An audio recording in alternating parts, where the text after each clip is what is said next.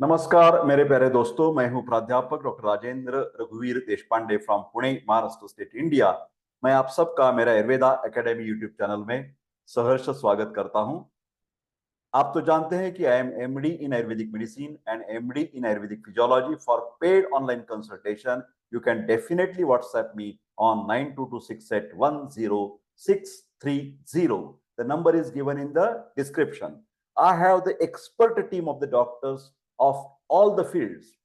स्त्रियों के बारे में, बच्चों के बारे में, सेक्स के बारे में, सब तरीके के डॉक्टर्स मेरे पास मौजूद है। कृपा करके आप व्हाट्सएप करके हमारा जो कंसल्टेशन का जो लाभ है वो उठा सकते हैं। आज हम एक अलग बीमारी के साथ जो भी रेस्पिरेटरी ट्रैक्ट से निगडित है, क्योंकि मेरे पहले वाले जो 3 वीडियो हैं वो लगातार अस्थमा के बारे में था, एक था सर्दी के बारे में, मतलब कोल्ड के बारे में, राइनाइटिस के बारे में, और लास्ट वाला था कफ के बारे में। और आज हम चर्चा करने वाले कफ नहीं, हिकअप। सर क्या है हिकअप, क्या है? ये कफ हो गया, खांसी हो गई, और तो इसको बोलते हैं हिचकी। हाँ, हिंदी में हिचकी बोलते हैं ना। तो इसके बारे में, हिकअप के बारे में आयुर्वेद का क्या कहना है, आयुर्वेद के हिसाब से पैथोलॉजी क्या है, कारण क्या है, लक्षण क्या है और चिकित्सा क्या है, सब चीजें सविस्तर हम देखने वाले हिंदी भाषा में। सबको पॉपुलर हिंदी भाषा लोगों को अच्छी लगती है, राष्ट्रभाषा है। मेरे को भी सब तरीके के मैं वीडियो बनाता हूँ, मराठी, हिंदी, अंग्रेजी। मेरे चैनल पे अभी 1700 वीडियोस अवेलेबल है। एक एक करके भी आप देखने की कोशिश कीजिए, और उसके ऊपर थोड़ा सा आपका प्रतिक्रिया भी मेरे को चाहिए, जिसके द्वारा मेरी उम्मीद बढ़ती है। मेरे प्यारे दोस्तों, हिकअप के कारण देखते हैं। यहाँ क्या लिखा है डेफिनेशन। तो पहले यहां पर लिखा है प्राणवायु प्रकुपित होकर। सब एक प्राणवायु क्या है? आयुर्वेद के हिसाब से वात दोष हमारे शरीर में जहां जहां भी हलचल होती है, मूवमेंट, चाहे वो रेस्पिरेटरी मूवमेंट है, चाहे वो हार्ट की मूवमेंट है, चाहे वो पेट में होने वाली आंत्र की हलचल है, चाहे वो नर्वस सिस्टम की हलचल है, हलचल का मतलब वात दोष। डाइजेशन, मेटाबॉलिज्म, परिवर्तन, ट्रांसफॉर्मेशन, पित्त दोष। न्यूट्रिशन, स्थिरता, स्टेबिलिटी, ग्रोथ, वर्धन, ये सब कफदोष बायो एनर्जी की जिम्मेदारी है। वात दोष के 5 प्रकार बताए गए हैं, जैसे कि सांस अंदर लेना प्राणवायु, सांस बाहर छोड़ना कार्बन डाइऑक्साइड उदान वायु, हृदय की गति बढ़ाना ब्लड सर्कुलेशन व्यान वायु, आंत्र की हलचल समान वायु, जो भी निचले हिस्से वाले जो पदार्थ बाहर फेंके जाते हैं, पेशाब है, हमारी टट्टी है, उसके लिए अपान वायु जिम्मेदार है। तो यहां पर बताया गया है कि प्राण वायु जो अंदर वाली जाने वाली गति है, उसको कुछ ऑब्स्ट्रक्शन या कुछ गड़बड़ी हो जाती है, संतुलन बिगड़ जाता है, और प्राणवायु प्रकुपित होकर बड़े वेग के साथ मुख से जब बाहर निकलने की कोशिश करता है, उतावला हो जाता है, तो अचानक गले से की ध्वनि निकलती है, हिकअप, उसे हिक्का कहलाते हैं। तो आयुर्वेद के हिसाब से क्या क्या कारण है पहले देखेंगे। मॉडर्न के द्वारा तो ज्यादा सोचा जाता है कि पेटले निचले वाले हिस्से में, below the diaphragm in the abdomen there may be some tumour. कभी कभी मामूली सा कारण होता है और हिचकी चालू हो जाती है, खाना खाते वक्त भी ये हिचकी आ जाती है। ऐसा भी बोला जाता है कि हिचकी लगे तो किसी ने आपको याद किया है, ये तो अलग वाली बात है। यहाँ पर हम देखते हैं कि आयुर्वेद ने कौन से कारण बताए गए हैं। पहला वाला है विदाही, जो इरिटेटिंग है, अति तीखा, बहुत जलन करने वाला, सावर, सॉल्टी, ये पदार्थ शरीर में विदाह, दाह उत्पन्न करते हैं। विष्टम्भी मतलब टट्टी, कब्ज की शिकायत बढ़ जाती है, विष्टम्भ हो जाता है, ऑब्स्ट्रक्शन हो जाता है। ज्यादा गुरु, हेवी हाई कैलोरी फूड, हमारे ओवर न्यूट्रिशन हो जाता है। रुक्ष, ज्यादा रूखा सूखा खाना। अभिसंधि पदार्थ जैसे कि दधी या कर्ड होता है, उत्तप्पा होता है, ढोकड़ा होता है, ये सब अभिसंधि पदार्थ है, जिसके द्वारा शरीर में अनावश्यक स्राव ज्यादा निकलते हैं। आयुर्वेद में उसको क्लेद कहा गया है। ये अभिसंधि पदार्थ करते हैं, उसका अधिक सेवन करने से ये शिकायत आ जाती है। शीतल पेय, ठंडा ठंडा सभी वक्त, कौन सा भी सीजन है, चाहे वो समर हो, विंटर हो, रेनी सीजन, फ्रिज वाला पानी, फ्रिज वाले पदार्थ, कोल्ड ड्रिंक्स, ये हम लेते रहते हैं। शीत पेय तथा शीतल आहार सेवन करने से हिकअप, हिचकी की शिकायत आ सकती है।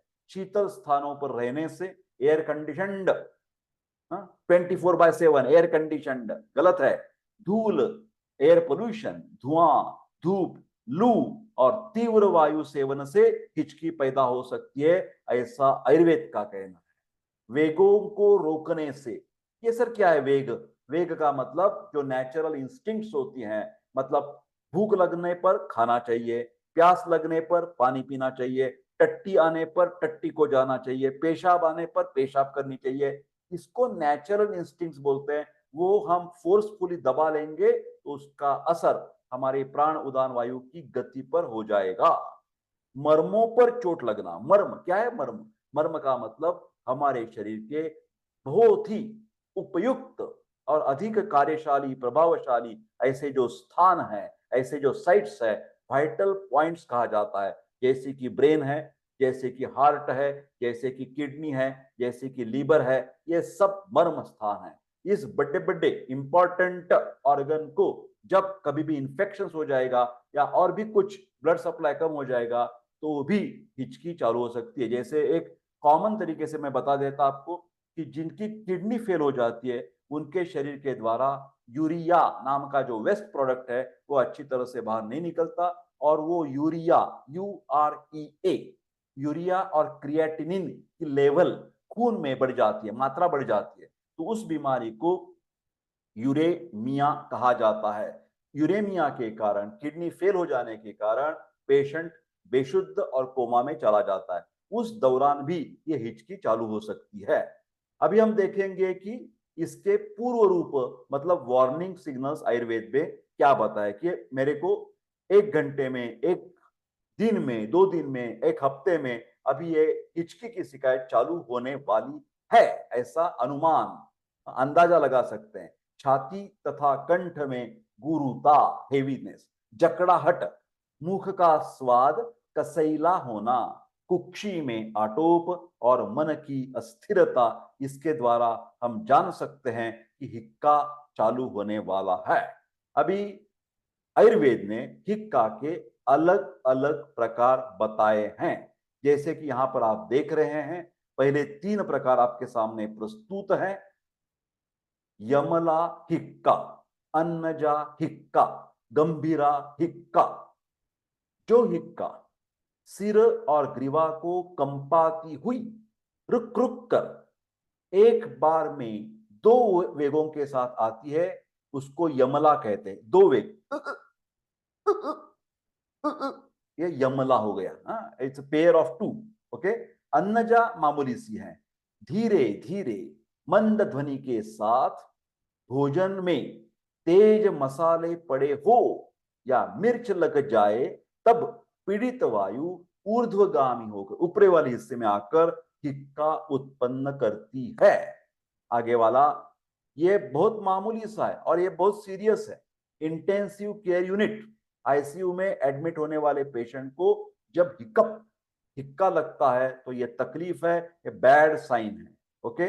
गंभीर हिक्का, जो हिक्का नाभि से उठकर घोर एवं गंभीर शब्द करती हुई अनेक उपद्रवों से युक्त होती है, बहुत कॉम्प्लिकेशंस, इलेक्ट्रोलाइट इम्बैलेंस हो जाता है, सोडियम पोटेशियम की लेवल कमी जास्त हो जाती है, हार्ट की धड़कन कम ज्यादा हो जाती है, ब्रेन में अनकॉन्शियसनेस, बेशुद्धि, कोमा हो जाता है, किडनी फेल हो जाती है, लीवर की खराबी हो जाती है, ये कॉम्प्लिकेशंस है। तो कॉम्प्लिकेशन के साथ बनी हुई जो हिक्का है आयुर्वेद में उसे गंभीर हिक्का, सीरियस बताया गया है।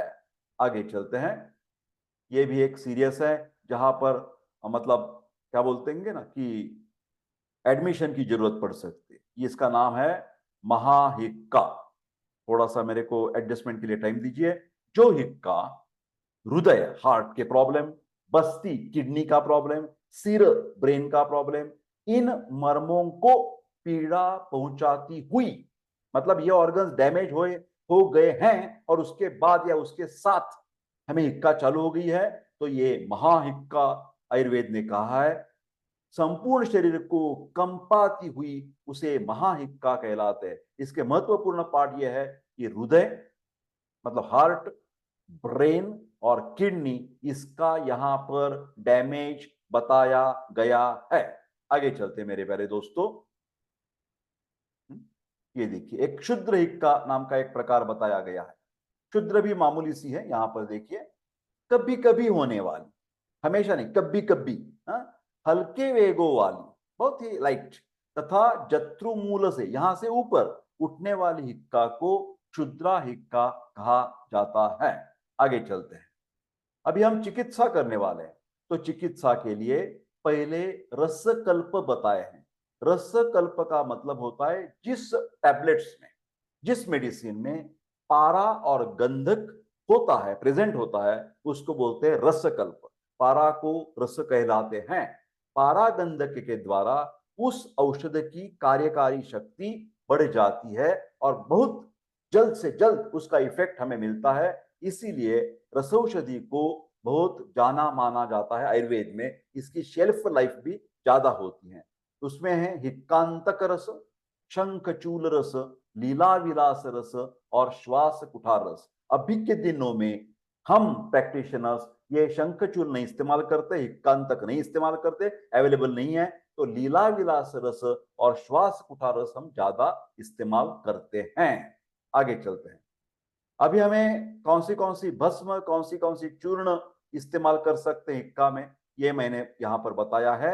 मयूर पिच्छा भस्म और पीपर का चूर्ण हम इस्तेमाल कर सकते हैं। और कौन सी मतलब सिंपल सी रेसिपीज या कौन से उपाय, घरगुती उपाय, होम रेमेडीज हम कर सकते हैं।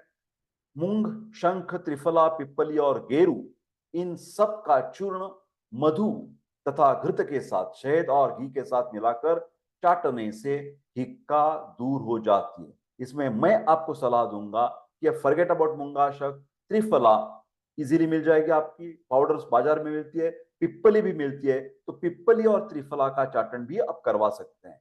हिंग और उड़द को अंगारे में डालकर, it's like fumigation treatment, fume treatment. धूमपान, ये धूम्रपान गलत है शब्द यहां पर। धूमपान करने से सभी प्रकार की हिक्का मतलब हिचकी या हिकअप दूर हो जाएगी। रेणुका और पिप्पली का क्वाथ बनाकर उसे थोड़ा सा ऐसा फिटिडा हिंग मिलाकर पीने से सभी प्रकार की हिक्का कम हो सकती है, ऐसा आयुर्वेद में बताया है। चंद्रशूर के बीजों को लेकर 8 गुना जल में जब पकाते हैं, पकाते पकाते गाढ़ा और मृदु हो जाए तो उसे अच्छी प्रकार से छान कर 1 पलपत्र की मात्रा में पीने से, मतलब चंद्रशूर का बीज का जो काढ़ा बनाया है वो पीने से हिक्का दूर हो सकती है। आगे चलते हैं। अभी हम डिफरेंट डिफरेंट अलग प्रकार की प्रिस्क्रिप्शंस कैसे बनाते हैं, हिक्का व्याधि के लिए डॉक्टर्स लोग क्या क्या प्रिस्क्राइब करते हैं, इसकी जानकारी देंगे। यहां पर पहला प्रोडक्ट है शंखचूल रस। ये ज्यादा इजीली अवेलेबल नहीं है, तो 250 मिलीग्राम, नहीं तो आप बना कर ले सकते हैं।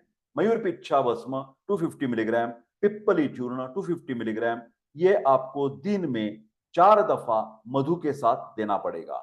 आंवला, पिप्पली, शुंठी का शर्करा युक्त काढ़ा 50 ml दिन में 2 बार आप दे सकते हैं। काली उड़द के चूर्ण का धूमपान, धूम्रपान नहीं, धूमपान, धूमपान करने से हिचकी कम हो जाएगी। इसके साथ और एक प्रकार का प्रिस्क्रिप्शन यहां पर लिखा है, श्वास कुठार रस 250 मिलीग्राम, श्रृंग भस्म 150 मिलीग्राम, और इसके बाद क्या मिलाना है उसमें, रस सिंदूर 125 मिलीग्राम, यवक्षार 250 मिलीग्राम, दिन में 3 दफा आप हनी के साथ, शहद के साथ दे सकते हैं। थोड़ा सा मेरे को माफ कीजिए, स्क्रिप्ट जो है वो हिला हुआ है। मयूर पिच्छा भस्म, आगे चलते हैं।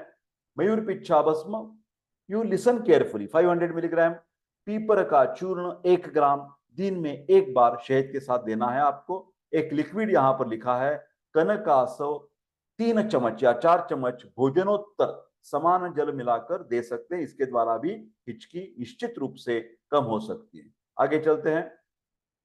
और क्या क्या हम हिचकी में दे सकते हैं, इसकी बात यहां पर हम कर रहे हैं। हिचकी के लिए प्रिस्क्रिप्शंस आपके सामने प्रस्तुत है। पिप्पल्यादि लौह 250 मिलीग्राम, प्रवाल भस्म 250 मिलीग्राम, प्रातः सायं बकरी के दूध के साथ आपको देना पड़ेगा।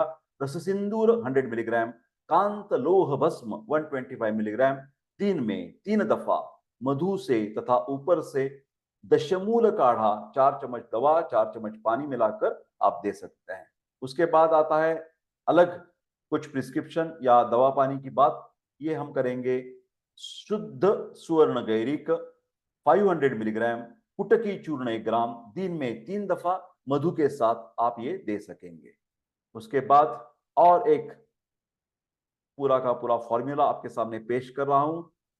हिचकी के लिए ये सब चल रहा है। हिकअप, मयूर पिच्छा भस्म 250 मिलीग्राम, सूत शेखर रस 125 मिलीग्राम, पिप्पली चूर्ण 125 मिलीग्राम, कचूर चूर्ण 500 मिलीग्राम, दिन में 2 दफा शहद के साथ चाटना है आपको। ऊपर से कदली मूल स्वरस 10 से 12 ग्राम मिश्री मिलाकर आप पिला सकते हैं पेशेंट को। आगे चलते मेरे प्यारे दोस्तों। कष्टदायक हिक्का, यहां पर क्या लिखा है देखिए, हाँ, कष्टदायक हिक्का। उसमें हम पहले मयूर पिच्छा भस्म 125 मिलीग्राम, मुक्ता पिष्टि 125 मिलीग्राम लेंगे और उसमें ये देखिए लीला विलास रस और स्वर्ण युक्त सूत शेखर रस 125 मिलीग्राम, दिन में 3 दफा मधु के साथ आप दे सकते हैं। इसके अलावा ये आपको बताने के लिए थोड़ा सा मेरे को साइज कम करना पड़ेगा स्क्रीन का। ये देखिए विभितक मज्जा को चंदन की तरह घिस कर मधु के साथ मिलाकर 3 से 4 घंटे, ये देखिए 3 से 4 घंटे के अंतर पर आप देते रहना ये चाटन। उसके साथ हमेशा की तरह हर व्याधि में मैं आपको अपथ्य या क्या बोलते हैं ना, परहेज के बारे में बात करूंगा।